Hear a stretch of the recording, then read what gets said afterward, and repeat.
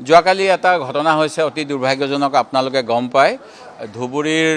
লোকসভাৰ প্ৰতিনিধি ৰকিবুল হুছেইন ডাঙৰক দিন দুপৰতে আৰক্ষীৰ নিৰাপত্তা বেষ্টনীত থকাৰ মাজতো কিছুমান ব্যক্তিয়ে আক্ৰমণ কৰে ৰাজপথত আৰু তেখেতৰ ওপৰত শাৰীৰিক অত্যাচাৰ কৰে তেখেতৰ পুত্ৰকো দৌৰি দৌৰি প্ৰাণ ৰক্ষাৰ বাবে তেওঁ যাব লগা হয় আৰু এই গোটেই ঘটনাখিনি হৈছে গণতন্ত্ৰক দুৰ্বল কৰাৰ বিজেপিৰ চক্ৰান্ত অনুসৰি তেখেতসকলে কংগ্ৰেছ দলে যাতে জনমত গঠন কৰিব নোৱাৰে বিজেপিৰ অপশাসনৰ বিৰুদ্ধে তাৰ বাবে এটা ষড়যন্ত্ৰ কৰি আছে আৰু এই গোটেই ঘটনাখিনি কালি আমি সদনত উল্লেখ কৰাৰ পিছত মুখ্যমন্ত্ৰী ডাঙৰীয়াই ইয়াৰ বাবে হুক প্ৰকাশ কৰা নাই তেখেতে কৈছে যে ৰূপহীহাট চামগুৰি এইবিলাক অঞ্চল বোলে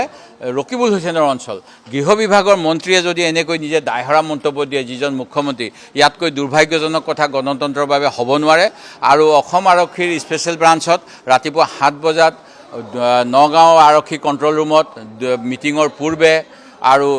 ৰূপহীহাট থানাৰ ওচিকো মিটিঙৰ পূৰ্বে আগতীয়াকৈ তেখেতৰ কাৰ্যসূচী জনোৱাৰ পিছতো আৰক্ষীয়ে যি নিৰাপত্তা নোলোৱাৰ ব্যৱস্থা কৰিলে এই গোটেইখিনিতে চৰকাৰী ষড়যন্ত্ৰ জড়িত থকাৰ আমি অনুমান কৰিছোঁ আৰু সেই গতিকে গোটেই বিষয়টো আলোচনা কৰাৰ বাবে আজি সদনত আমি দাবী জনাইছোঁ অধ্যক্ষ মহোদয়ে এতিয়া সভা স্থগিত কৰিছে আৰু আমি পুনৰ দাবী কৰোঁ যে এই গোটেই ষড়যন্ত্ৰ এটা হৈ আছে কংগ্ৰেছ দলৰ বিৰুদ্ধে যিটো তেওঁলোকে সততে কয় কংগ্ৰেছ মুক্ত ভাৰত লাগে আৰু গণতান্ত্ৰিক দেশত এনেকুৱা ব্যৱস্থা কেতিয়াও হ'ব নোৱাৰে সেই গতিকে আমি আলোচনা বিচাৰি আছোঁ আৰু সভা স্থগিত প্ৰস্তাৱ আজি দাঙি ধৰিছোঁ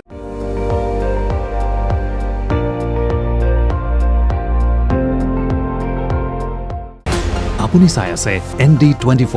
সৰ্বশ্ৰেষ্ঠ নহয় সৰ্বোত্তমৰ দৌৰ